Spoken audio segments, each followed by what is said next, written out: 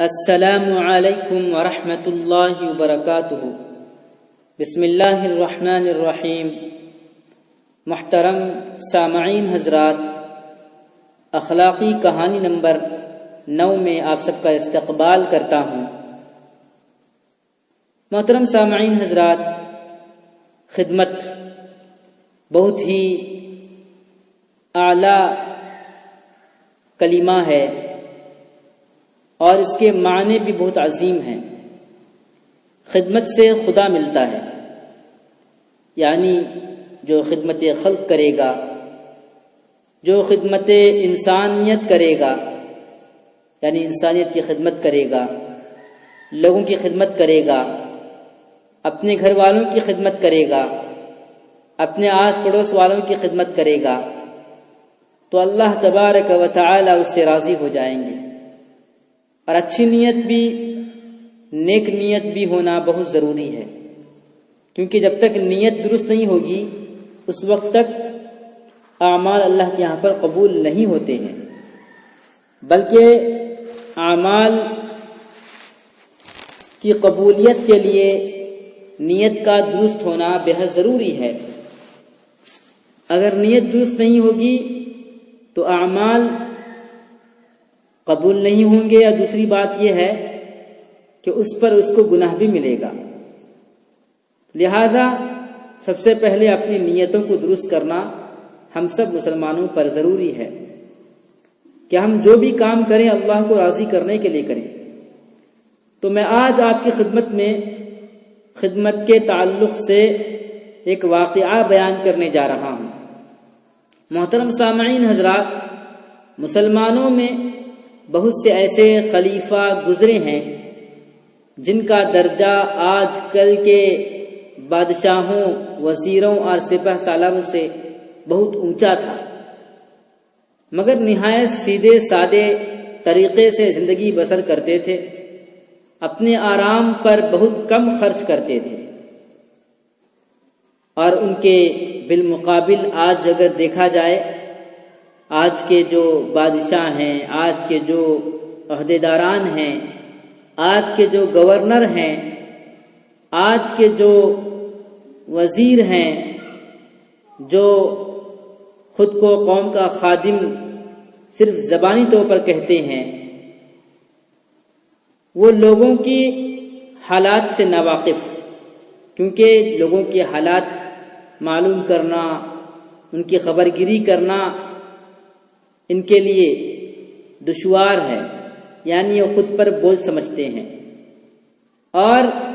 اپنی رعایا کا خیال نہیں کرتے، اپنے ماتحتوں کا خیال نہیں رکھتے۔ خود کی عزت کے خاطر اور خود کی سرداری کے لیے اور اپنی عزت کے لیے اور جاہ و منصب کے لیے، مال و دولت کے لیے عہدے پر بیٹھتے ہیں، کرسی پر بیٹھتے ہیں اور اپنے بینک بیلنس کو بڑھاتے ہیں، اپنے لیے عالیشان محل بناتے ہیں اور ٹپ ٹاپ کی زندگی گزارتے ہیں۔ تو اس زمانے کے جو سپہ سالار تھے، جو بادشاہ تھے اور جو گورنر تھے، جو خلیفہ تھے، وہ خود پر خرچ نہیں کرتے تھے، بلکہ خود بھوکے رہ کر دوسروں کو کھلانے والے تھے۔ گویا کہ وہ نبی اکرم صلی اللہ علیہ وسلم کے اسوے پر چلنے والے تھے، ان کے طریقے پر چلنے والے تھے۔ تو انہی نیک بادشاہوں میں، نیک لوگوں میں سے حضرت عمر بن عبدالعزیز رحمۃ اللہ علیہ بھی تھے۔ یہ دین کے زبردست خادم تھے، انہیں عمر ثانی بھی کہا جاتا ہے، اس لیے کہ یہ عدل و انصاف میں، دیانتداری میں، امانت داری میں، بردباری میں اور سادگی کی زندگی گزارنے میں، بلکہ ہر لحاظ سے ان کی ساری زندگی حضرت عمر رضی اللہ عنہ کی زندگی کے مطابق تھی، اسی لیے انہیں عمر ثانی کہا جاتا ہے۔ واقعہ یہ ہوا کہ ایک رات حضرت عمر بن عبدالعزیز رحمۃ اللہ علیہ لیٹے ہوئے تھے، گرمی کا مہینہ تھا، پسینہ بہت آ رہا تھا، تو ان کی کنیز ہاتھ میں پنکھا لیے انہیں ہوا دے رہی تھی۔ اتفاق سے کنیز کو نیند آ گئی تو حضرت عمر بن عبدالعزیز رحمۃ اللہ علیہ اٹھے، اس کے ہاتھ سے پنکھا لے لیا اور خود اپنی کنیز کو ہوا دینے لگے۔ تھوڑی دیر میں ان کی کنیز کی آنکھ کھل گئی تو کیا دیکھتی ہے کہ خلیفہ اپنے ہاتھ میں پنکھا لیے اس کو ہوا دے رہے ہیں۔ تو اس بات کو دیکھ کر وہ بہت شرمندہ ہو گئی اور بہت پریشان ہوئی۔ تو جب انہوں نے دیکھا کہ ان کی کنیز بہت پریشان دکھ رہی ہے، آج بہت شرمندگی محسوس کر رہی ہے، تو انہوں نے اپنی کنیز سے کہا کہ گھبراتی کیوں ہو، تم بھی آخر مجھ جیسی ایک انسان ہو۔ جب میں گرمی سے پریشان تھا تو تم نے پنکھا لے کر مجھے ہوا دی اور مجھے آرام پہنچایا، پھر جب تمہیں گرمی لگی تو میں نے تمہیں پنکھا لگایا، اس میں برائی کیا ہوئی؟ محترم سامعین حضرات، سنا آپ نے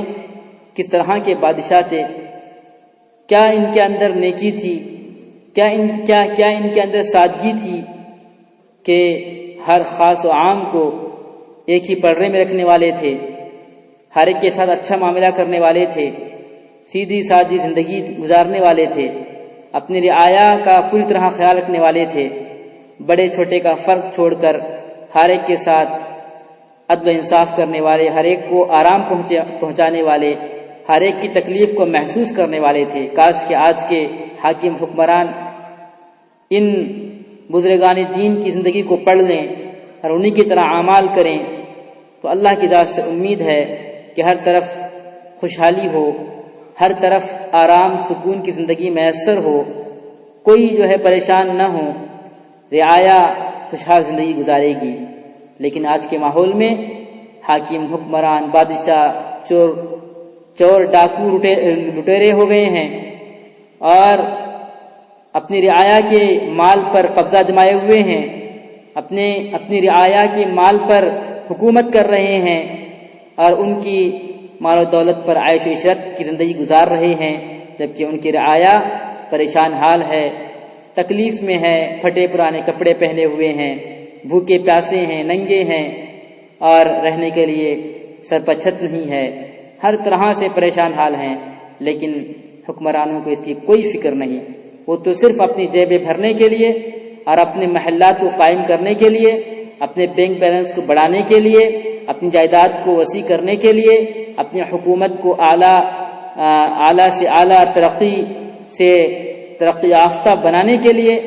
ہر طرح کی کوشش کر رہے ہیں۔ لیکن حکومت اسی وقت مضبوط ہو سکتی ہے جبکہ رعایا خوشحال ہو۔ اللہ تبارک و تعالی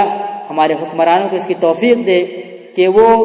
صحابہ اکرام کی زندگی کو دیکھیں اور اس کے بعد جو تابعین، طبع تابعین اور بزرگان دین میں جتنے بھی بادشاہ گزرے ہیں، جتنے بھی خلیفہ گزرے ہیں، جتنے بھی گورنر گزرے ہیں اور جتنے بھی حاکم گزرے ہیں، ان کی زندگی کو پڑھنے کی توفیق عطا فرمائے اور پھر اللہ تعالیٰ ان کو اپنا تقوی نصیب فرمائے اور عدل و انصاف کی زندگی کو قائم کرنے کی انہیں توفیق عطا فرمائے۔